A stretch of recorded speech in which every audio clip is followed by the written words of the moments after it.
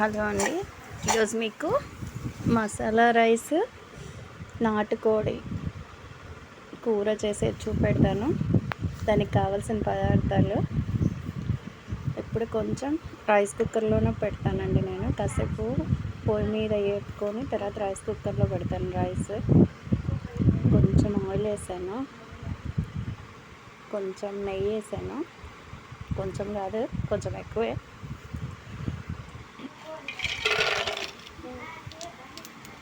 Masala spices అన్నీ వేసి వేగిన తర్వాత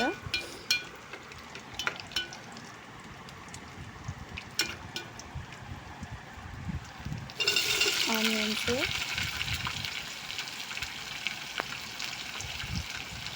పచ్చిమిర్చి,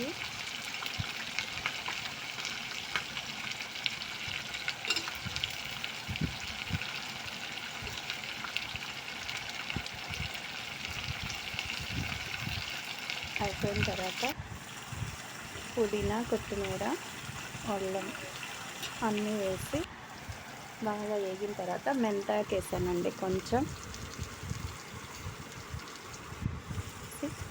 బాగా వేపాక మసాలా వేసానండి. కొంచెం చికెన్కి మనం ప్రిపేర్ చేసుకుంటాం కదా, ఆ మసాలానే వేసానండి కొంచెం.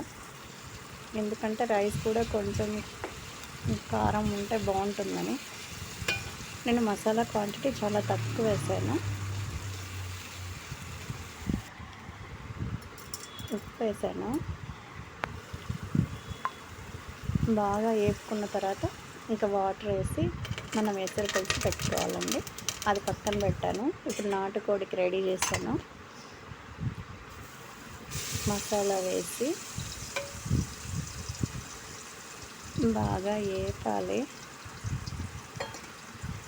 దీంట్లోనే కొంచెం పసుపు కూడా వేస్తాను నేను.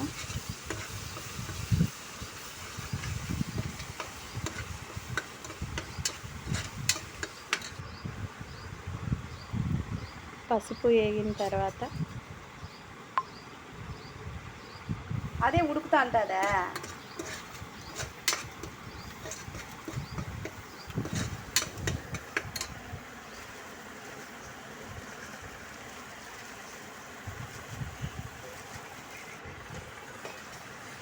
నాటుకోడి వేసాను.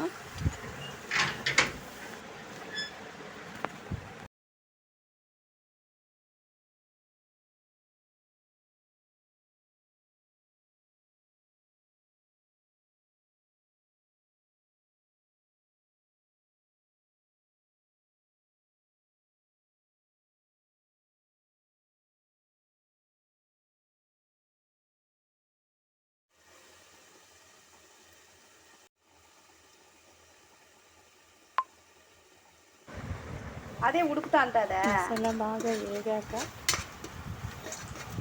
కొంచెం పసుపు అన్నీ వేసి వేపాను కదా, ఇంకా నాటుకోడి కట్ చేసి పెట్టుకున్నాం కదా, ముక్కలు వేయాలి. వేసి బాగా కలుపుకోవాలి.